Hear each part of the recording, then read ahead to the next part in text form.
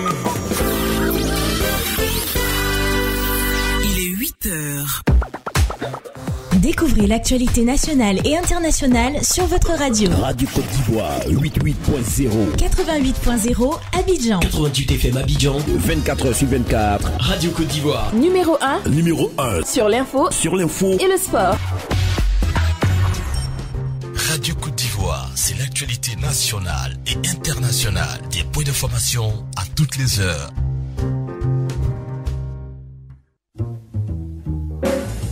Vous êtes à l'écoute de la radio numéro 1 sur l'info et le sport en Côte d'Ivoire, Radio Côte d'Ivoire. Découvrez l'actualité nationale et internationale sur votre radio. Radio Côte d'Ivoire, 88.0. 88.0 Abidjan. 88 FM Abidjan. 24h/24. Radio Côte d'Ivoire. Numéro 1. Numéro 1. Sur l'info. Et le sport. Vous êtes sur Radio Côte d'Ivoire, la radio numéro 1 sur l'info et le sport, et vous suivez la grande matinale. C'est une grande tranche qui a démarré depuis 5 heures du matin avec plusieurs sessions d'information, avec des magazines et aussi quelque part de la musique aussi pour vous permettre de respirer musicalement parlant. Bien sûr, pour cette dernière tranche, nous aurons le bulletin d'information qui nous permettra de faire le tour de l'Afrique avec toute l'actualité politique, économique et aussi dans société. Il est avec nous, Jérôme Kouakou, pour le Bulletin Afrique.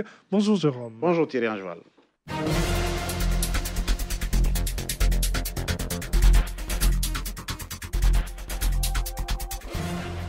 Bonjour à tous. Démarrons tout de suite ce périple par le Maroc, tiraillé par des divergences idéologiques. Le gouvernement marocain est régulièrement fragilisé par la bataille que se mènent les partis dont des ministres sont issus.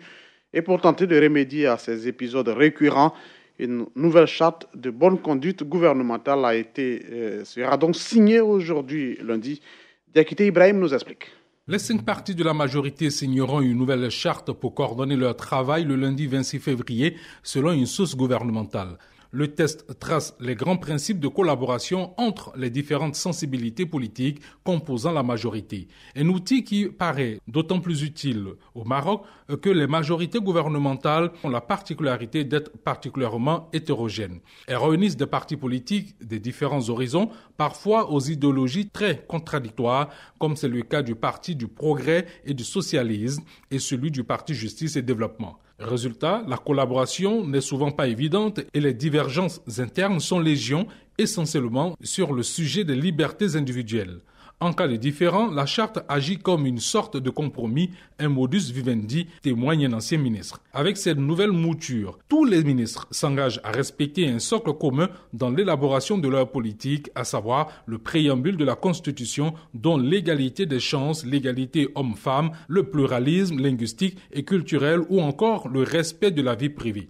La charte que devront signer les chefs de la majorité comprend, outre le respect des principes constitutionnels, une nouvelle organisation de travail. La nouvelle organisation confère aux réunions des chefs de la majorité un cadre officiel. Dorénavant, les chefs des partis politiques composant la coalition se réuniront d'une façon régulière pour discuter des politiques conçues par leurs ministres et se mettre d'accord sur une seule ligne de conduite. De même, un comité de coordination sera mis en place au niveau parlementaire. Allons cette fois en Éthiopie. On sait maintenant un peu plus sur l'état d'urgence décrété vendredi dernier par le Conseil des ministres. Dans une conférence de presse, le ministre de la Défense a dévoilé quelques-unes des mesures en vigueur dans le pays pour les 6 prochains mois. Charles Cablan.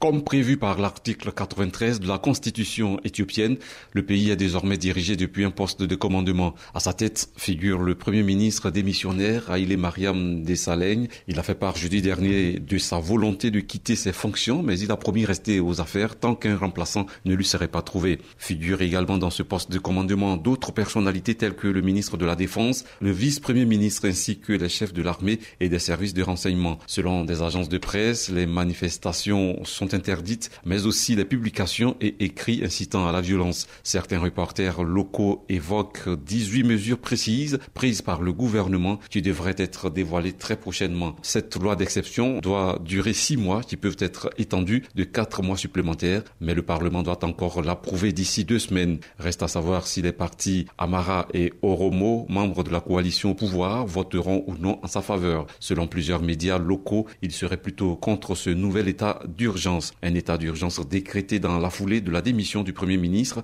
les autorités invoquant le risque de nouveaux affrontements ethniques et la nécessité de protéger l'ordre constitutionnel.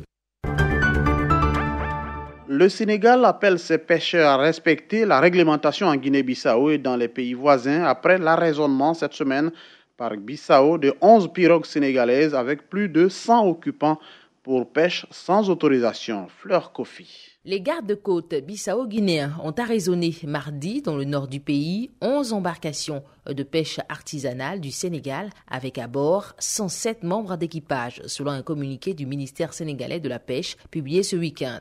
Les 107 membres d'équipage sont bien traités et libres de tout mouvement en Guinée-Bissau, où une commission doit se réunir dans les tout prochains jours pour examiner leur situation, selon le ministère. Il exhorte les acteurs de la pêche au Sénégal à respecter les tests et les règlements en vigueur des pays où ils opèrent. La tradition de coopération entre Dakar et Bissau ne saurait occulter le respect de la souveraineté des États, ajoute-t-il. Le Sénégal et la Guinée-Bissau sont liés par des accords régulièrement renouvelés, permettant aux pêcheurs sénégalais détenteurs de licences de pêche d'exercer dans ces pays voisins. L'arraisonnement de 107 pirogues sénégalaises est survenu 2 semaines après la mort, fin janvier, d'un jeune pêcheur de Saint-Louis, tué par des gardes-côtes mauritaniens alors qu'il se trouvait illégalement dans les eaux mauritaniennes à bord d'une pirogue, selon les autorités des 2 pays. Face à la rareté du poisson dans leurs eaux territoriales, à cause notamment d'une surexploitation de la ressource, les pêcheurs sénégalais sont de plus en plus dépendants des pays voisins comme la Mauritanie et la Guinée-Bissau. Des incidents entre des pêcheurs artisanaux sénégalais et des gardes-côtes de ces pays sont signalés depuis plusieurs années.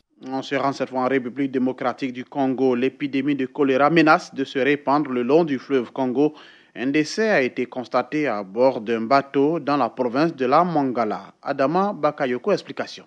Les autorités de Kinshasa et l'Organisation mondiale de la santé ont dépêché des experts avec du matériel et des médicaments à Lisala, chef-lieu de la province. Un bateau parti de Kinshasa vers Kisangani avec à son bord, sans le savoir, des personnes malades au niveau de la toute nouvelle province de la Mongala, peu avant d'arriver au chef-lieu Lisala. Les malades ont été déshydratés après une forte diarrhée. L'un d'entre eux est décédé. Après l'enterrement sur place, sur la berge du fleuve Congo, l'embarcation a continué de remonter le fleuve. Les autorités provinciales n'ont été alertées que quand le bateau avait déjà dépassé la ville de Lisala.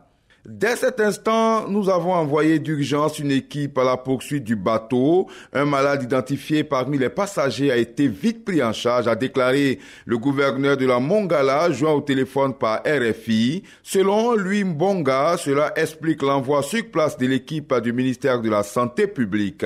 Pour le docteur Alaranga Yokwinde, représentant de l'OMS en République démocratique du Congo, son organisation fait tout pour endiguer rapidement l'extension de l'épidémie et éviter que le choléra n'atteigne la ville de Kisangani, chef-lieu de la province de la Chopo. On termine ce bulletin avec cette information. Le cinéma africain et burkinabé en particulier est en deuil depuis hier. Idrissa Ouedraogo, réalisateur et producteur burkinabé, est décédé hier dimanche 18 février à Ouagadougou à l'âge de 64 ans.